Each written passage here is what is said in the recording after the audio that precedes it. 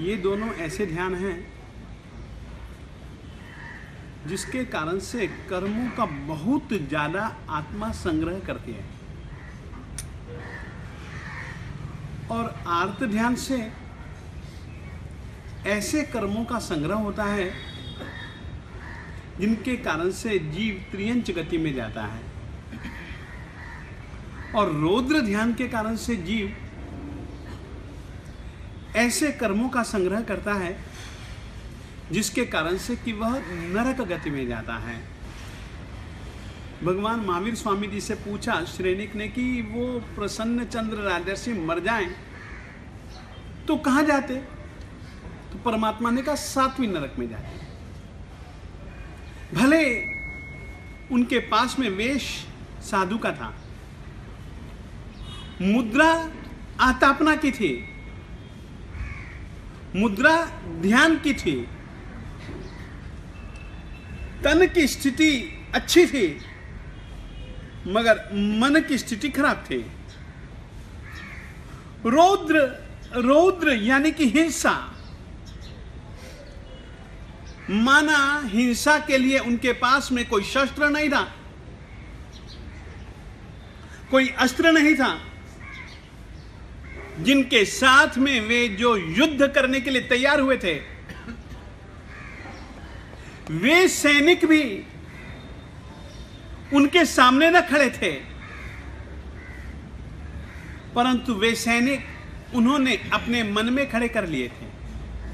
ध्यान एक प्रकार से मन का चिंतन है।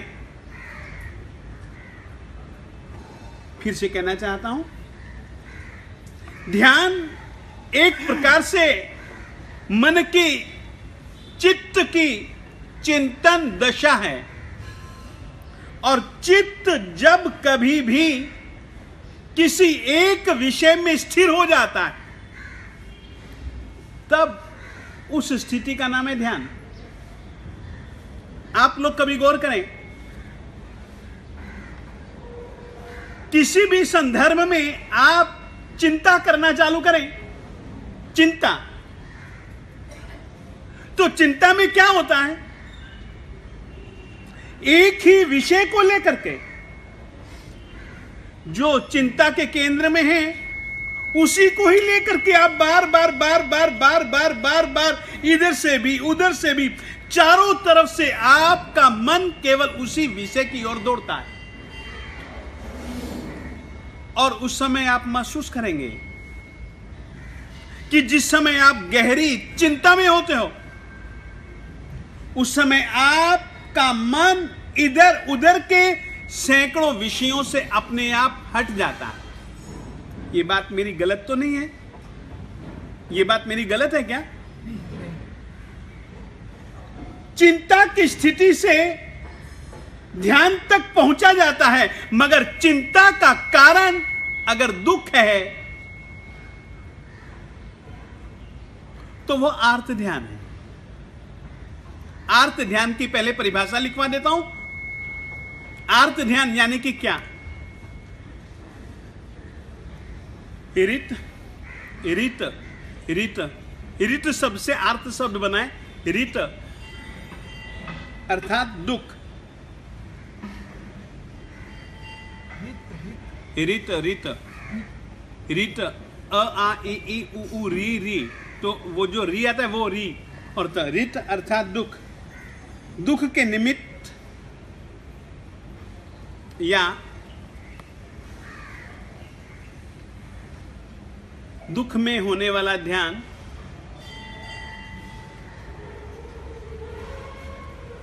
आर्त ध्यान कहलाता है, अथवा आर्त यानी कि दुखी प्राणी, दुखी प्राणी का ध्यान आर्त ध्यान कहलाता है, अथवा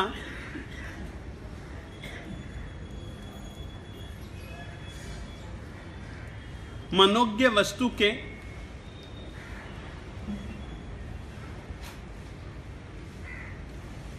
वियोग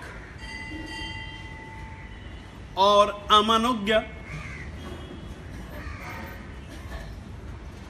वस्तु के संयोग आदि के कारण से चित्त में होने वाली चिंता आर्त ध्यान कहलाती है। आर्त ध्यान की 4 निशानियां हैं।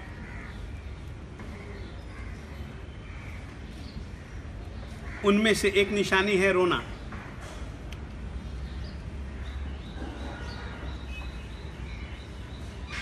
रोने का मतलब है आंखों से आंसुओं का टपकना। और आंखों से आंसू टपकने के कई कारण होते हैं। कल ही किसी ने पूछा था कि महाराज परमात्मा के सामने बैठे हैं और दिल में पश्चाताप का भाव है और आंख में से आंसू गिर गए, क्या वह आर्त ध्यान है? नहीं। कोई आदमी दुखी है, परेशान है,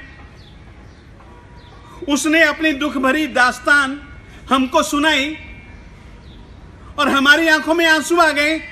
यह क्या है? आंसू। यह आर्त ध्यान नहीं है। आर्त ध्यान तो वही है जिसमें आपका मोह है, जिसमें कि आपकी वासना है, जिसमें आपकी अपेक्षाएं हैं,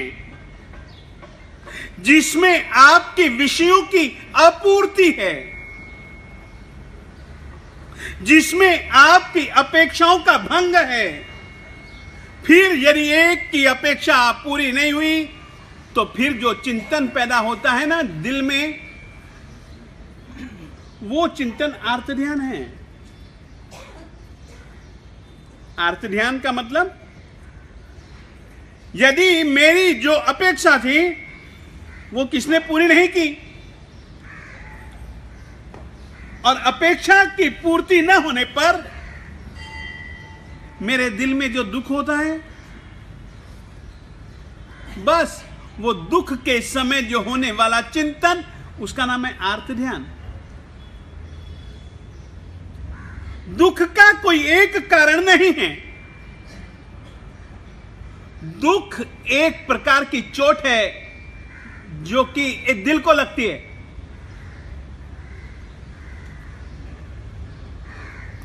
एक बहुत सुंदर बात कही है, दुख यानी कि क्या? दुख की परिभाषा संयोग मूला जीवेन पत्ता दुख परंपरा तम्हा संयोग संबंधम सव्वम त्विहेन वोसिरियम। दुखों की परंपरा का मूल कारण अगर कोई है तो संयोग, जुड़ जाना। और जब तक संयोग भाव है तब तक दुख है। संयोग टूट जाए तो कोई दुख ही नहीं है।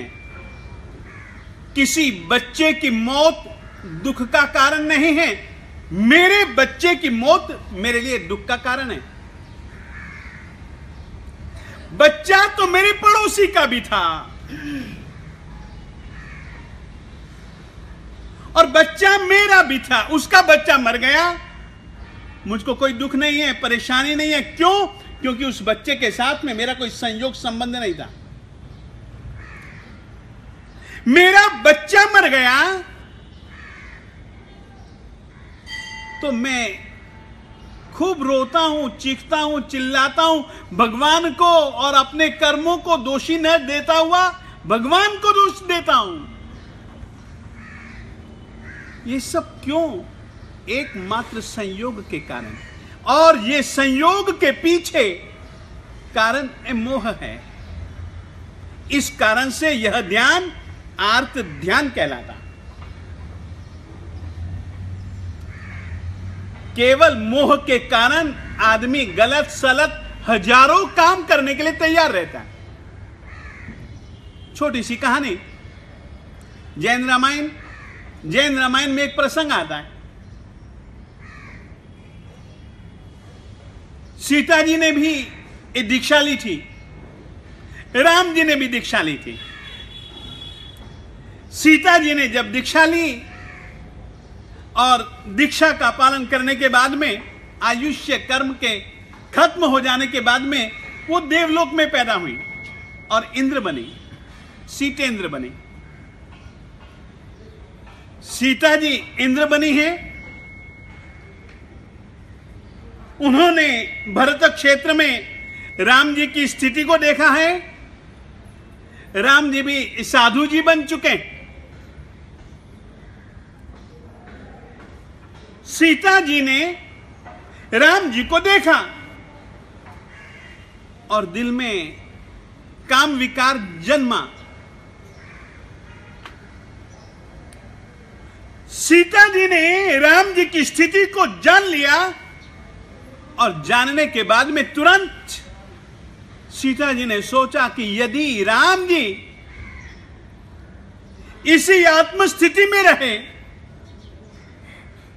इसी भाव स्थिति में रहे, ऐसे ही चारित्र की स्थिति में रहे, तो निश्चित रूप से ये तो कर्मों का क्षय कर देंगे, केवल ज्ञानी बन जाएंगे, सिद्ध बन जाएंगे। नहीं,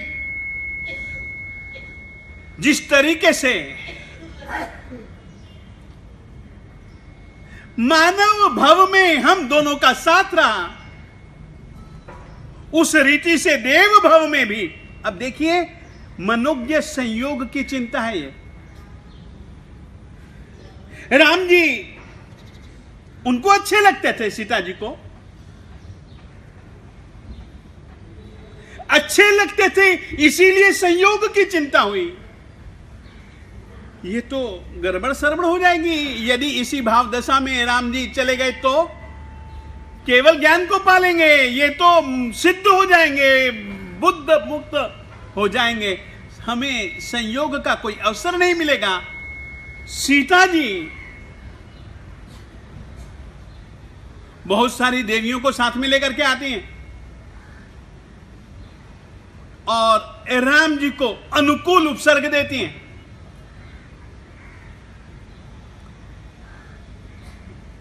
श्री राम जी आत्म कल्याण चाहते हैं। मोही आदमी को अपनी चिंता होती है, एक दूसरे के हित की चिंता नहीं होती। एक बात ये याद समझ करके चलो, मोही आदमी हमेशा अपने स्वार्थ को देखता है और सीता जी ने यही देखा। आई, साथ में कई देवियां थी, देवियों को कहा, एक तो बहुत सुंदर बगीचा बना दिया उन्होंने अपनी देव माया से, बहुत सुंदर वसंत ऋतु का वातावरण।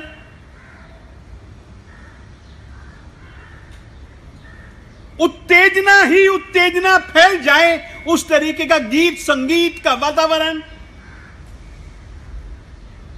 ये क्यों, ये सब प्रयास क्यों किए जा रहे हैं?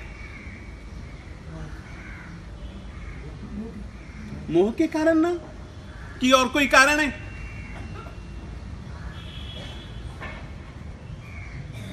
श्री सीता जी प्रार्थना करती हैं राम जी से और राम जी बिल्कुल कायोत्सर्ग में है।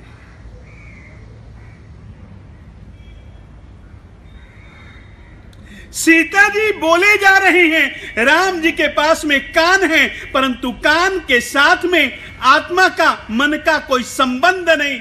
इसीलिए सीता जी ने क्या कहा, राम जी ने कुछ सुना नहीं।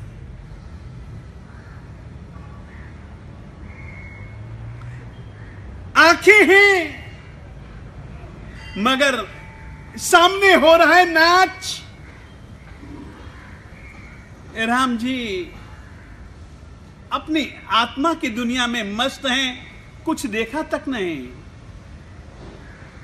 सीता जी भरपूर प्रयास करती हैं उनकी आत्म दशा से उनको विचलित करने के लिए। राम जी स्थिर बने रहे और कहा जाता है राम जी को एक केवल ज्ञान की प्राप्ति हो गई। और जो सीता दिगाने के लिए आई थी, उसी ने ही अपनी सहेलियों के साथ में केवल ज्ञान का महोत्सव बनाया। परंतु मैं यह कहना चाहता हूं, सीता जी के ये सारे के सारे कार्य, इसके पीछे यदि कुछ था तो वो आर्त चिंतन, एक दुख भरा चिंतन था कि अरे ये संयोग टूट गया तो मामला खराब हो जाएगा। सचमुच में ये आर्त ध्यान है। सोचो, आदमी आर्त ध्यान की स्थिति में कैसे कैसे कैसे कैसे कैसे कैसे उल्टे सुलटे काम करता है। छोटी सी कहानी है। श्री वासुदेव श्री कृष्ण जी और बलदेव जी दोनों जन एक जंगल में हैं। जंगल में हैं। ये सब मोह का चक्कर कैसा चलता है आपको मैं कह देना चाहता हूं। और ये मोह के कारण से जीवात्मा हमेशा आर्त ध्यान में रत रहता है, और आर्त ध्यान के कारण से बहुत विकट, बहुत विषम कर्मों का बंधन करता है। अब दोनों जन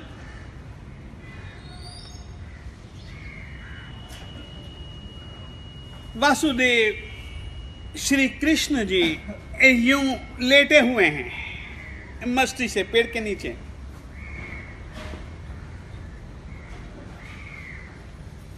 वासुदेव श्री कृष्ण जी ने कहा, भैया बड़ी प्यास लगी है, पानी ला दो।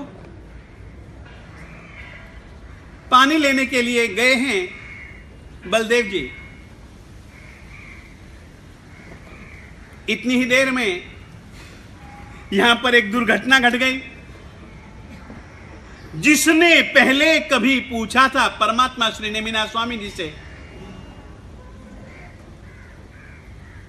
साहब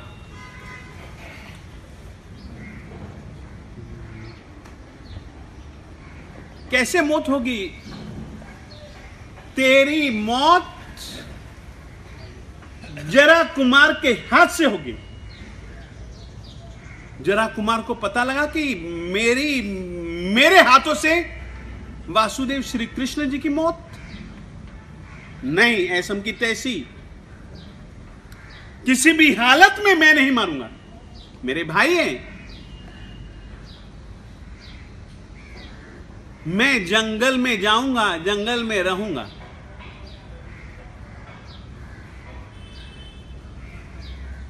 वो जंगल में है, उसको पता ही नहीं कि द्वारिका नगरी जल गई है।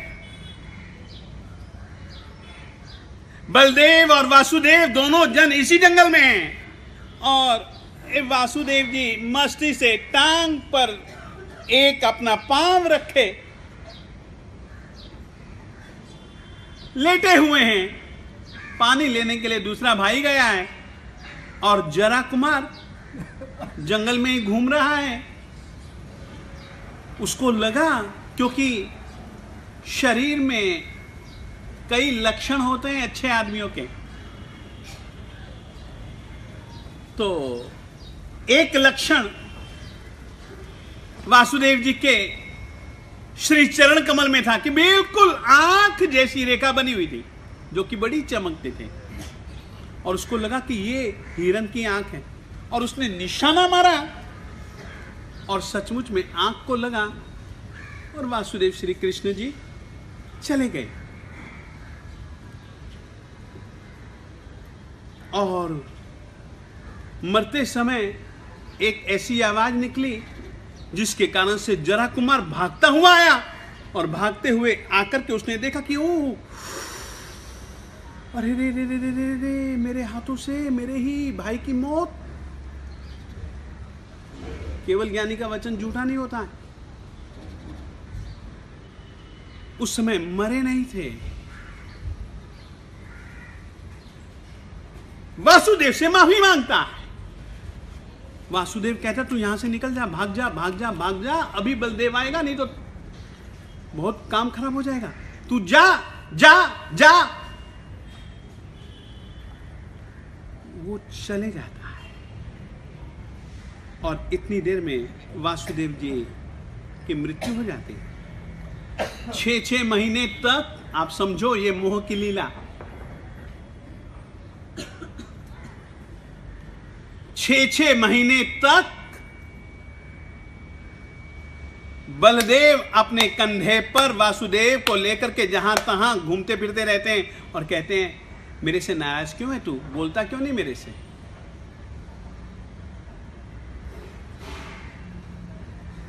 समझे, ये मोह की लीला है। अरे तू मेरा भाई, बोलता क्यों नहीं, जबकि वो मर चुके हैं। मोह के कारण से बुद्धि विकल बन जाती है। मोह के कारण से बुद्धि सत्य को समझ नहीं पाती है। ऐसी स्थिति में आर्त ध्यान लगातार चालू रहता है। वो तो भला हो, समझाने के लिए किसी ने कुछ प्रयोग किया। एक सुंदर सा कोल्हू बनाया और कोल्हू बना करके बैल को मारते जा रहा है। वो मारता जा रहा है, मारता जा रहा है, मारता जा रहा है, चल चल चल, मगर बैल भी अड़ियल। और उसके पास में से ये दोनों जन गुजर रहे थे। गुजर तो क्या, एक ही रहा था, बलदेव जी ही गुजर रहे थे।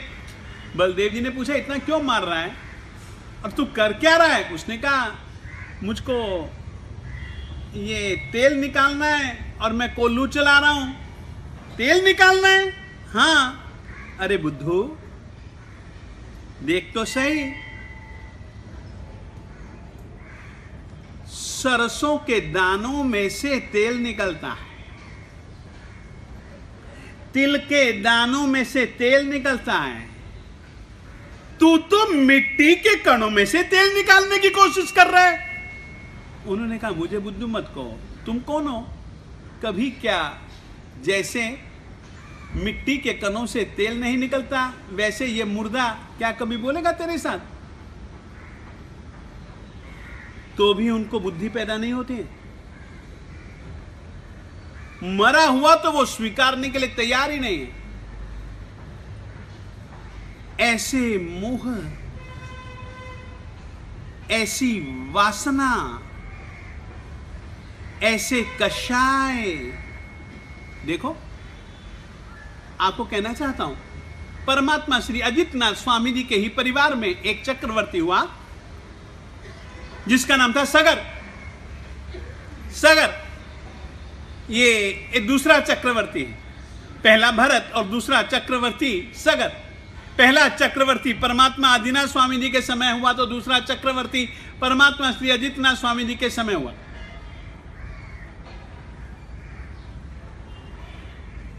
एक बार सगर के बेटों ने आज्ञा मांगी, तीर्थ यात्रा की, और अपन सभी जन जानते हैं अष्टापद तीर्थ की रक्षा की खातिर उन्होंने खाई बनाई।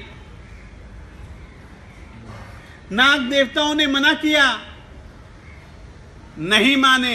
60,000 के 60,000 लड़के एक साथ में जला दिए गए।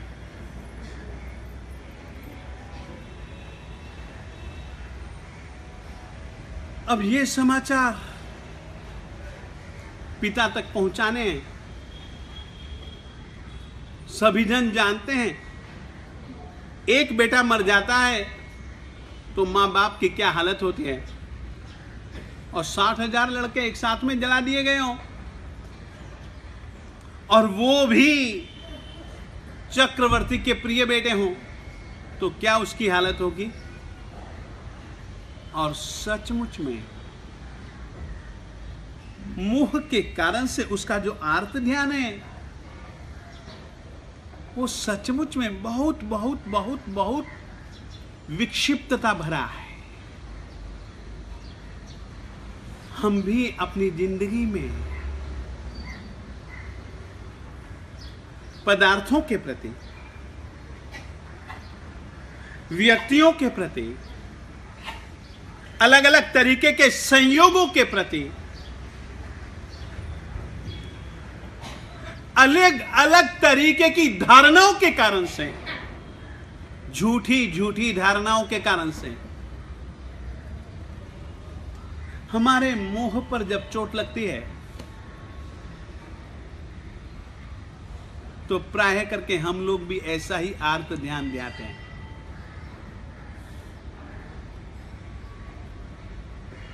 जिंदगी में आर्त ध्यान क्यों पैदा होता है, जरा सोचिएगा। हाँ, चलो और भी बताओ। वो तो क्या है, संयोगों में अपना लगाव हो जाता है। ये सब मूलतः चक्कर तो मोह का ही आता है। और किस कारण से, चलो मोह तो सही, और किस कारण से जरा सोचो, ताकि जिंदगी में कभी भी आर्त ध्यान अपने को नहीं ध्याना, चाहे जैसे मर्जी संयोग खड़े हो जाए ना यार।